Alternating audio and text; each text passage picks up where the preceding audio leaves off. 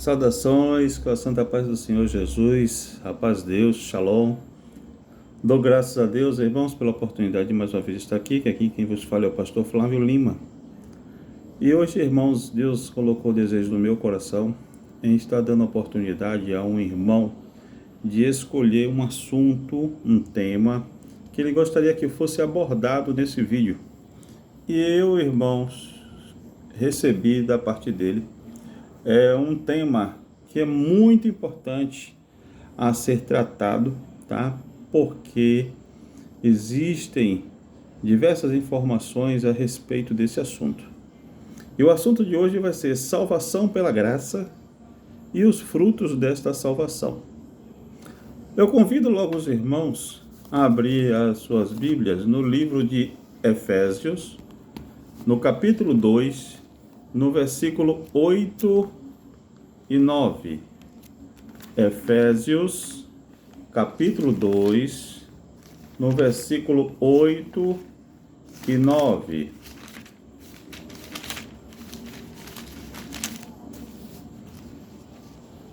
Diz assim: porque pela graça sois salvos por meio da fé, e isso não vem de vós, é dom de Deus. Não vem das obras, para que ninguém se glorie. Amém?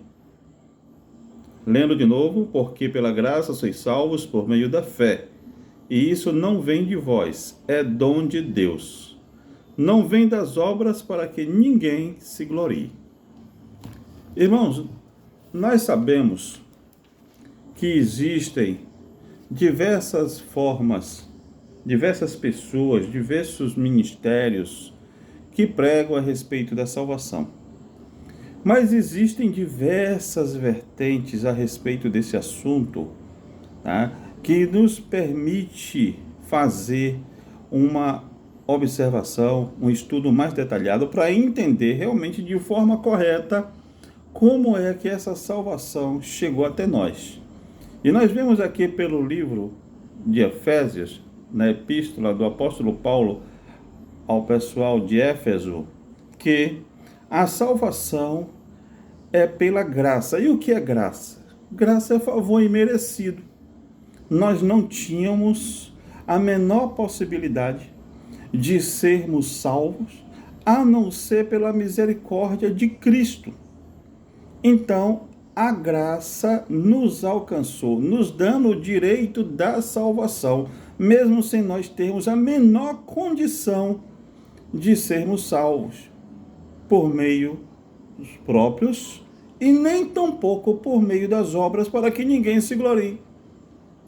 Uns fazem mais do que outro, outros dizimam mais do que outro, outros fazem práticas de caridade mais do que outro, outros viajam em missão da obra mais do que outro, outros batizam mais do que outro, e para que isso não ficasse sendo o motivo dele ser salvo, é o que o Senhor vem nos dizendo por essa palavra, que a salvação não é pelas obras para que ninguém se glorie. A salvação é por graça, favor imerecido. E quem é a graça que nós conhecemos? A graça é Cristo. Só que, irmãos, também nós ouvimos muito as pessoas falarem que uma vez salvo, salvo para sempre. E isso tem me causado uma preocupação muito grande, porque existe sim o risco de perder a salvação. Vamos ler a nossa Bíblia no livro de Hebreus, capítulo 3, no versículo 14. Diz assim, Hebreus, capítulo 3, no versículo 14, diz assim: porque nos tornamos participantes de Cristo, se retivermos firmemente o princípio da nossa confiança até o fim. Repetindo, porque nos tornamos participantes de Cristo, se retivermos firmemente o princípio da nossa confiança até ao fim. Então, irmão, a salvação depende de quê? de se manter firmemente no princípio da sua confiança até o fim. Se perder a confiança no Senhor, se começar a questionar a sua divindade, se começar a questionar a sua autoridade, há sim a possibilidade de se perder a salvação. Mas tem muitos que dizem assim, mais uma vez salvo, ele nunca pensaria nisso. Tanto que pensaria que o apóstolo Paulo, tomado pelo Espírito Santo, ele fala que se nós não retivermos firmemente, perderíamos o direito da salvação. Então existe a possibilidade? Existe a possibilidade. Apocalipse 2, versículo 10 diz assim. Apocalipse 2, versículo 10 diz assim: Nada temas das coisas que hás de padecer. Eis que o diabo lançará alguns de vós na prisão, para que sejais tentados. E tereis uma tribulação de 10 dias. Ser fiel até a morte, e dar-te-ei a coroa da vida. Ser-te fiel até a morte. Por quê? Porque haverá tribulação. Haverá tentação. Haverá perseguição. Haverá publicações que colocarão em dúvida a idoneidade da palavra. Aparecerão pessoas pregando que Cristo não é o Filho de Deus. Tentarão destruir a tua fé. Tentarão colocar dúvida no teu coração.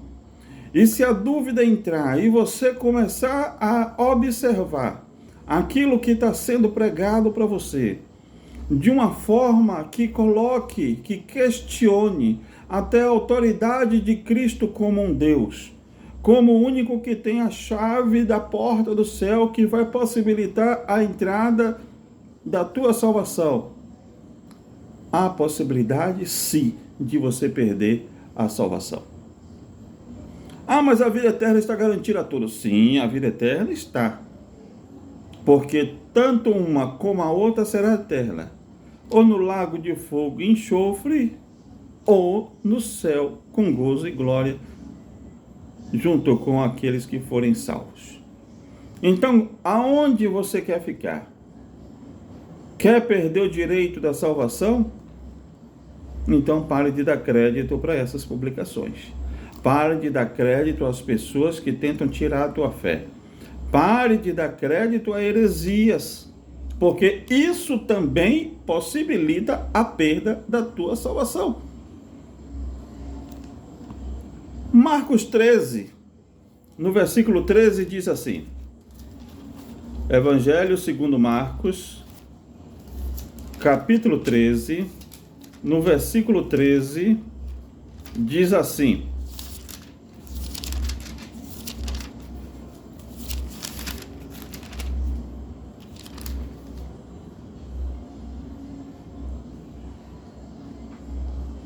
vamos pegar do versículo 9 em diante. Diz assim, mas olhai por vós mesmos, porque vos entregarão aos concílios e às sinagogas, sereis assaltados e sereis apresentados ante governadores e reis, por amor de mim, para lhes servir de testemunho. Mas importa que o evangelho seja primeiramente pregado entre todas as nações. Quando, pois, vos conduzirem para vos entregarem, não estejais solícitos de antemão pelo que haver de dizer, mas o que for vos dado naquela hora, isso falai.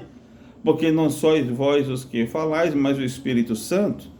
E o irmão entregará à morte o irmão, e pai o filho, e levantar-se-ão os filhos contra os pais, e os farão morrer, e sereis aborrecidos por todos, por amor do meu nome. Mas quem perseverar até ao fim, esse será salvo. Ah, irmão Flávio, pastor Flávio, mas esse ensinamento, essa advertência era dada para o povo da época. Sim, irmãos. Só que quando é a parte das bênçãos, nós trazemos para a igreja de hoje. Quando é a parte da perseguição, nós deixamos na igreja primitiva. É assim que funciona? Não. A gente está vendo reino contra reino, guerra em diversos lugares, terremotos, pai matando filho, filho matando pai. Isso nos dias de hoje. Existem hoje também lugares, irmãos, aonde o cristão passa por perseguição. Eu conheço casos de irmãos na Síria que estão perdendo a vida por pregar o nome de Cristo, só porque ainda não aconteceu no Brasil, mas isso está se cumprindo em outras partes do mundo. E se eles negarem o nome do Senhor, se eles voltarem atrás, essa profecia não se cumpre neles? Cumpre. Então, irmãos, o que a palavra está nos dizendo que você precisa perseverar até ao fim. Uma coisa que eu queria deixar explícitos para os irmãos aqui é o seguinte: imagine-se que você tenha um lugar que você tem o maior desejo de ir, mas não tem a menor condição de chegar lá. E algum amigo muito rico chega para você e compra essa possibilidade para você chegar até aquele local que você tanto deseja. Só que tem uma data para isso acontecer. Você está com o bilhete, você está com a passagem comprada. A única coisa que precisa ser feita é só estar preparado para ir naquele dia, para aquele evento. Só o que acontece? Você não se prepara. Ou você perde o desejo de ir. E quando é no dia da viagem, você não vai. Você não comparece. Você não embarca. A culpa é de quem não comprou a passagem ou é sua que não foi? A culpa é de quem comprou a passagem ou sua que não se preparou a tempo para ir? Que não estava no local para ir? A culpa é sua. Então, irmão, o bilhete da salvação, ele foi comprado por Cristo. Ninguém tinha condição de pagar. Moisés não teve condição de pagar. Daniel não teve condição de pagar. Davi não teve condição de pagar. Nenhum dos profetas do passado não tiveram condições de pagar. Todos os homens que parecia que queria chegar a algum lugar, Satanás fazia errar, fazia pecar. Moisés desobedeceu a Deus. A Bíblia fala de Sansão, Sansão também pecou. A Bíblia fala de Davi, Davi também pecou. A Bíblia fala sobre Daniel, Daniel não era capaz para isso, porque a missão dele foi outra. Então todos os homens que se levantavam, irmãos, morriam sem cumprir essa promessa. Mas um dia uma saudação especial, diferenciada, aconteceu. E Satanás viu que o único que tinha condições de realmente pagar o preço estava vindo, que era o próprio Filho do Deus Altíssimo. Então, irmãos, esse era o único que tinha condição de pagar o preço, de pagar a nossa dívida, e ele pagou a nossa dívida. Agora, a questão de querer ir para o céu é independente, depende de você. Precisa estar firme e fiel até o fim, precisa perseverar até o fim, para que possa ser salvo. Salvo no, como é que se diz, irmão? No literal da palavra. Porque salvo por ter comprado o direito de ser salvo, foi Cristo que fez. Agora, partir daqui para continuar sendo salvo pela eternidade, depende de nós. E o que acontece, irmãos, com aquele que tem a salvação? Aquele que mantém firme essa salvação, essa convicção dentro do coração. Ele tem frutos que demonstram que ele realmente é salvo. Porque enquanto você estiver mantendo firme essa certeza dentro do seu coração, você é diferenciado. Por que você é diferenciado? Porque a pessoa que é salva, ela começa a desenvolver frutos diferentes das pessoas que ainda não são salvos. E quais são os frutos de uma pessoa salva? Amor, alegria, paz, amabilidade, bondade, fidelidade, mansidão, domínio próprio. Essas são as características de uma pessoa salva. Uma pessoa que é salva, ela ama o seu irmão. Mas é um amor diferente, irmão. É aquele amor que perdoa. É aquele amor, irmão, que muitas vezes não conhece, mas ele faz o bem para aquela pessoa, simplesmente pelo fato de saber que aquela pessoa também é um servo de Deus, é uma serva de Deus, vai morar no mesmo lugar onde ele vai morar, ou que através do amor que ele tem, ele pode demonstrar o carinho que Deus pode vir a ter com ele e com ela, se ainda não for salvo. E isso é demonstrado através do amor. A alegria.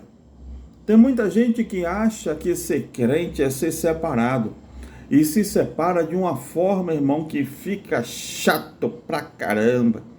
É aquela pessoa, irmão, que se torna irritante. Ah, porque eu sou crente, eu sou salvo. Não. A pessoa que é crente, ela tem a alegria, irmão, de ser salvo. Demonstra isso na face, na forma de falar, na leveza do conselho. É uma pessoa diferenciada, é uma pessoa que todo mundo se sente bem ao estar ao lado dele. É uma pessoa comunicativa, é uma pessoa brincalhona, é uma pessoa que, tendo uma certa temperança em tudo, mostra que é uma pessoa feliz. A pessoa que é salva, ela tem paz. Aonde passa, todo mundo olha e diz assim: rapaz, eu gosto de fulano porque quando ele chega no ambiente, o ambiente tem paz. O ambiente pode estar turbado como for, mas quando ele chega, a paz chega com ele. Isso é fruto de uma pessoa salva. Uma pessoa que é salva, ele é paciente. Irmão, hoje existe uma grande quantidade de pessoas, irmãos, que hoje vivem devido a situações da vida, irmão, pessoas que são ansiosas. A ansiedade chega até se tornar uma enfermidade na vida de outras pessoas, mas quando você come, não é que você ainda não tenha paz, não tenha ainda paciência, tá? Mas isso não quer dizer que você não seja salvo, não. Mas o fruto da paciência é um fruto que amadurece. Talvez hoje você ainda não seja paciente, mas você vai ser. Por quê? Porque você já é salvo em Cristo Jesus. Então isso vai amadurecer também em você. Mas toda pessoa salva, ela também é uma pessoa paciente. A paciência, ela pode ser explicada de diversas formas, mas uma das partes em que a paciência mais opera, irmão, é no tempo de Deus. Ele não fica ansioso para receber uma bênção da parte de Deus, sabendo ele que Deus não mente. Então ele aguarda com paciência no cumprimento da palavra, porque de uma certa forma, no tempo de Deus, aquilo vai acontecer. E isso é fruto de paciência.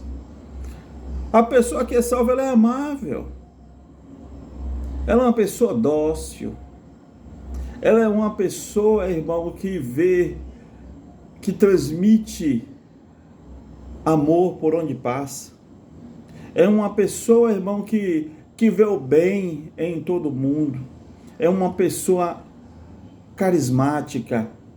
A pessoa amável, irmão, ela impregna o lugar aonde ela está de tanta amabilidade, de tanto amor. É também um comportamento de uma pessoa salva. Porque, irmão, uma pessoa que é amável, ela não guarda ira, ela não guarda rancor, ela não sofre com ódio, porque a pessoa, irmão, que tem a luz de Cristo, que tem a salvação, que foi escolhida para a salvação, ela é amável. A pessoa que é escolhida para a salvação, ela tem bondade. Todos esses são frutos de uma pessoa salva. Sabendo também que ser bondoso não significa ser bobo, ser besta, não. Mas uma pessoa bondosa é uma pessoa caridosa, é uma pessoa que tem ali, irmãos, dentro do seu coração, o dom da bondade. Ela consegue sentir a necessidade do irmão, a necessidade da irmã, a carência de alguém e faz o bem. A bondade, irmãos, ela é uma virtude de uma pessoa salva. A fidelidade é uma das maiores virtudes. A pessoa que é salva, ela é fiel, principalmente a Deus. Quando se é fiel a Deus, é fiel nos compromissos. Porque ele não gosta de enrolar ninguém, porque enrolar as pessoas não é uma característica de uma pessoa salva. A pessoa que é fiel a Deus, ela é fiel nos relacionamentos, ela é fiel no casamento. Porque se ele é fiel a Deus, ele não engana, ele não trai. A pessoa que é fiel, irmão, ele cumpre a sua palavra. Porque está escrito também na palavra que a palavra do crente é sim, sim ou não, não. O que passar disso é de procedência maligna. Então, quem é salvo, tem também essa virtude, que é a fidelidade. Quem é salvo é manso. Hoje a gente vê alguns crentes dizendo assim: eu sou crente, mas eu não sou besta, não. Comigo é assim. Meu pai me ensinou a riscar faca com 5 anos de idade, com 8 anos de idade. Eu cresci dentro de uma casa que minha mãe dizia que a gente não pode baixar a cabeça para homem, não pode baixar a cabeça para mulher. Quem manda da minha casa sou eu. Eu bato, eu faço, eu aconteço. Então você não tem o fruto de uma pessoa salva. Porque a pessoa que é salva não é boba, mas ela é mansa. Porque aonde tem a mansidão, não tem a ira. Aonde tem a mansidão, irmão, o diabo pode até se levantar na vida de alguém ali para tentar nos afligir, mas a palavra da mansidão, ela abate a ira. Ela desvia o furor. Agora, se você for tratar da mesma forma, aí sim, a ira suscita mais ira ainda, mas a mansidão desvia o furor. E quem é manso tem uma característica de uma pessoa salva. Então, olha quantos frutos de salvação de uma pessoa salva existem. Além disso, ainda tem o domínio próprio.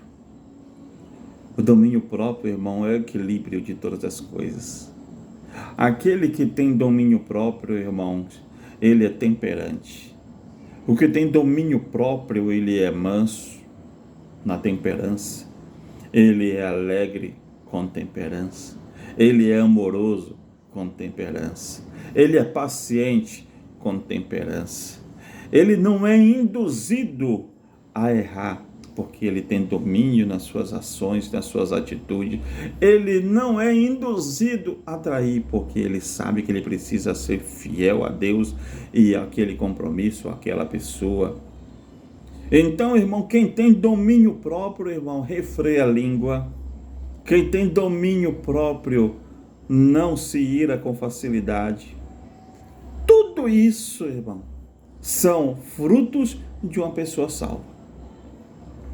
Então, irmão, quando você vê uma pessoa que diz que é salva, mas não tem domínio próprio, não é fiel, é impaciente, não demonstra amor, toma cuidado. Ele pode até estar dentro de uma igreja, ele pode até estar sentado nos bancos de uma congregação, pode ser até um líder, mas se ele não tiver esses frutos, coloca-se em questão se realmente ele é uma pessoa salva ou não. Ah, mas o Senhor falou que os frutos do Espírito, os frutos de uma pessoa salva, amadurecem com o tempo. Sim, mas nenhum desses. A pessoa não ter nenhum desses ou demonstrar que está cultivando pelo menos alguns desses para chegar a uma perfeição no futuro, isso leva a nós tomarmos um pouco mais de cuidado com essa pessoa. Porque a pessoa que tem os frutos de uma pessoa salva tem de demonstrar essas características. Vamos ler a Bíblia no livro de 2 Coríntios, capítulo 5, versículo 17. Segunda carta de Paulo aos Coríntios, capítulo 5, versículo 17.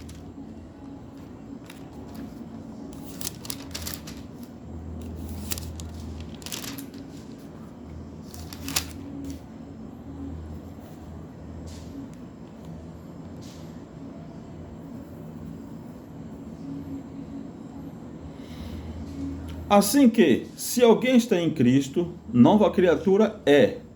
As coisas velhas já passaram, eis que tudo se fez novo. Lendo de novo. Assim que, se alguém está em Cristo, nova criatura é. As coisas velhas já passaram, eis que tudo se fez novo. É verdade. Batizou, está congregando, as coisas velhas se passaram, tudo se fez novo. Mas vai depender de você continuar sendo salvo. Porque eu conheci muitos que já passaram pelo caminho da salvação e hoje não estão mais entre nós. O que tem muito afastado pessoas que eram crentes, fiéis a Deus, usados até por Deus lá atrás e hoje não estão em nosso meio, sabe o que é, irmão? A facilidade de se conhecer o Senhor melhor. Hoje, devido à internet, nós estamos tendo uma facilidade muito grande de conhecer novas publicações, coisas até que nós não tínhamos acesso, porque eram livros muito antigos, e nós sabemos também que existe publicações antigas que estão retidas por grupos religiosos que não permitem que chegue até nós. Outros irmãos, são livros que foram considerados livros apócrifos, quer dizer, livros que não foram, como se diz, revelados, porque contavam a história, contavam fatos, e nada disso contribuiu para o plano de salvação. Então, irmãos, e muitas dessas pessoas também começaram a escrever coisas que começavam a entender de forma diferente, sem a visão de Deus, sem a luz do Espírito Santo, e começaram a questionar muitas vezes até a divindade de Cristo, a vida do Senhor como humano aqui na terra, falando de coisas que nenhum historiador bíblico comentou.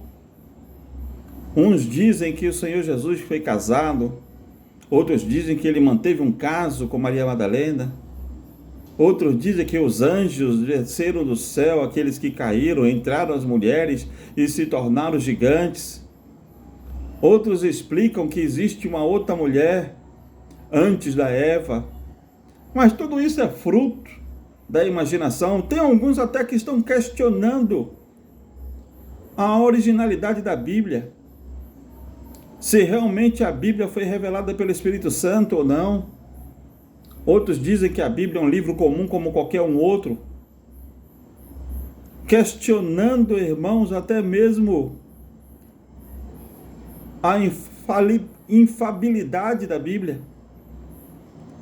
Um livro que não pode ser questionado em hipótese alguma, porque é o único livro que levou mais de 400 anos para escrever, escrito em 3 continentes diferentes. Pessoas que escreveram o Antigo Testamento nunca encontraram as pessoas que escreveram o Novo Testamento. E o que acontece, irmãos, essas pessoas não se contradisseram, porque as profecias que foram escritas no princípio se cumprem no Novo Testamento e estão se cumprindo nos dias de hoje. E se não fosse o Espírito Santo que tivesse revelado, como seria isso? Então, irmãos, precisamos tomar muito cuidado, porque nós podemos ter nos tornado uma nova criatura em Cristo Jesus, mas nos mantermos sendo salvos, isso vai depender exclusivamente de você, em se manter firme na promessa que Ele nos fez e confiando que Ele é o único consumador e o autor da nossa fé. Aí sim, aí você continuará mantendo viva dentro de você essa salvação, mas correr o risco de perder ela também depende exclusivamente de você. Então toma cuidado com o que se lê, toma cuidado com o que se ouve, porque a promessa está de pé.